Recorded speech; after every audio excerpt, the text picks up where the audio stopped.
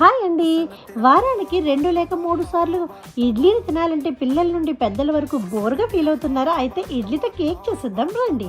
2 కప్పుల ఇడ్లీ రవ్వు, 1 కప్పు వేపిన ఉప్మా నూక, 1 కప్పు కొబ్బరి పొడి, 1 కప్పు బెల్లం, చిటికెడు సాల్ట్, 10 మిరియాలు, 2 యాలకులు, చిన్న శొంఠి పౌడర్ చేసి వేసుకొని 4 స్పూన్ల వరకు నెయ్యి కూడా పోసుకొని బాగా కలిపి స్టవ్ పైన ప్యాన్ పెట్టుకొని అందులో కూడా ఒక 2 స్పూన్లు నెయ్యి పోసి 2 గరిటెలు మాత్రమే ఈ మిశ్రమాన్ని అందులో వేసి 5 మినిట్స్ బాయిల్ అయిన తర్వాత తీసి జీడిపప్పు, టూటీ ఫ్రూటీ కూడా వేసుకొని మరొక 8 మినిట్స్ వరకు బాయిల్ అయిన తర్వాత తీసి చూస్తే వేడి వేడి ఇడ్లీ కేక్ రెడీ. ఎవరికి ఇష్టం ఉండదండి ఇంత కలర్ఫుల్ ఇడ్లీ. సో వీటిని పీసెస్గా కట్ చేసుకొని తింటే మళ్ళీ మళ్ళీ తినాలనిపిస్తుంది. మీరు కూడా ఒకసారి ట్రై చేయండి, నన్ను ఫాలో చేయండి. Thank you so much.